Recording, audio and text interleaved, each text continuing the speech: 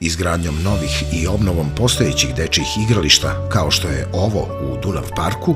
nadamo se da stvaramo još bolje uslove za život u našoj zajednici i mališanima omogućavamo da uz smeh, radost i igru ostvare nezaboravna sećanja na dane odrastanja.